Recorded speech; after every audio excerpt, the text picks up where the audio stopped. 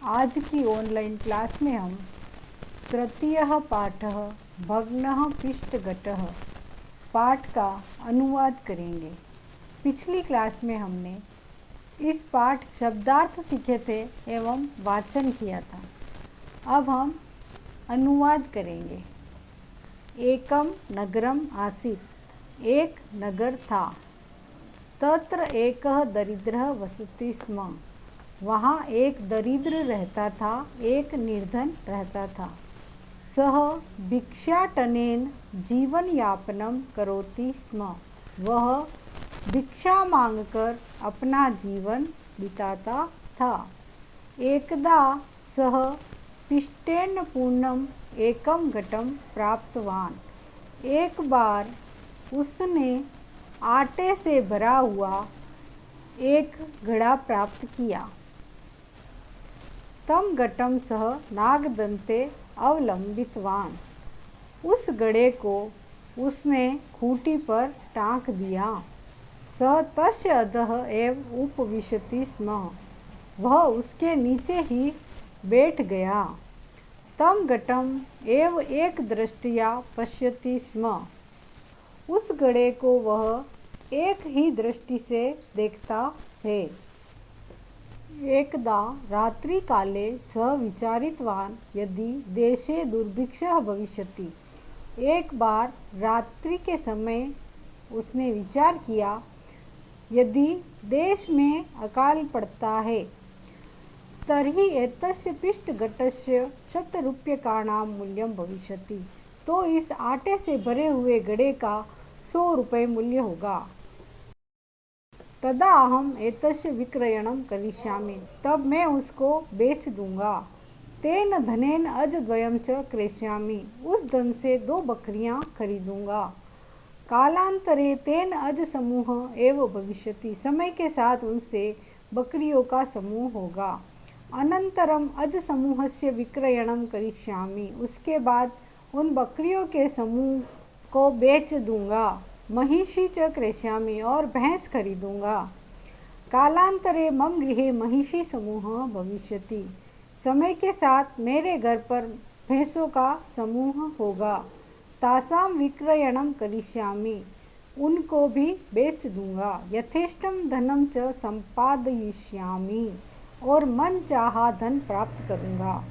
तेन विशाल गृहस्य निर्माणं करिष्यामि, उससे एक विशाल गृह का, एक बड़े घर का निर्माण करवाऊंगा। तदा कोऽपि धनिकः आगमिष्यति, तब कोई धनिक मेरे पास आएगा। रूपवती स्वकन्या मह्यम दास्यति, और अपनी सुंदर कन्या को मेरे लिए देगा। अनंतरम मम पुत्रः भविष्यति, उसके बाद मेरे पुत्र होगा। देव शर्मा इति तस्य नामकरणं करिष्यामि, देव शर्मा इस प्रकार उसका नामकरण करूँगा। यदा सह चलन समर्थः भविष्यति, जब वह चलने में समर्थ हो जाएगा। तदा अहम अश्वशालायां पुस्तकं पठिष्यामि, उस समय में गुड़शाला में पुस्तक पढ़ूंगा। तदा देव शर्मा मम समीपम आगमिष्यति, उस समय देव शर्मा मेरे पास आएगा। तदा तम बालम गृह्णातु, तब उस बालक को लो, ग्रहण करो।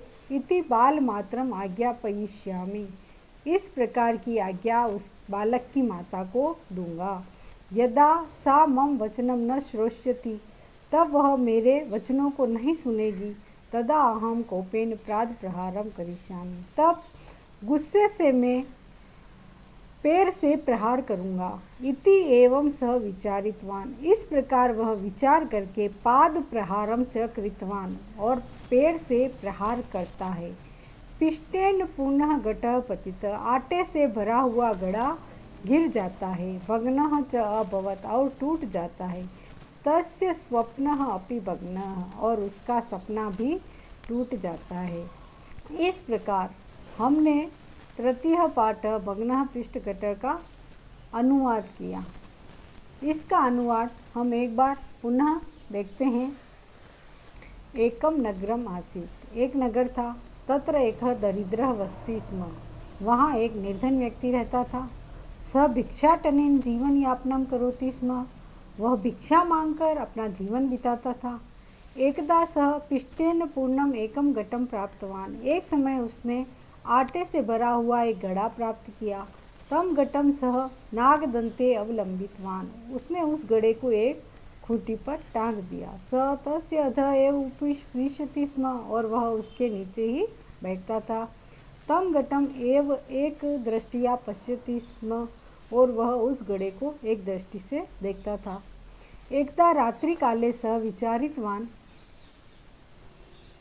एक बार रात्रि के समय उसने विचार किया, यदि देशे दुर्भिक्षः भविष्यति, यदि देश में अकाल पड़ता है, तर्हि एतस्य पिष्टघटस्य 100 रूप्यकाणां मूल्यं भविष्यति, तो इस आटे के घड़े का मूल्य 100 रुपये होगा।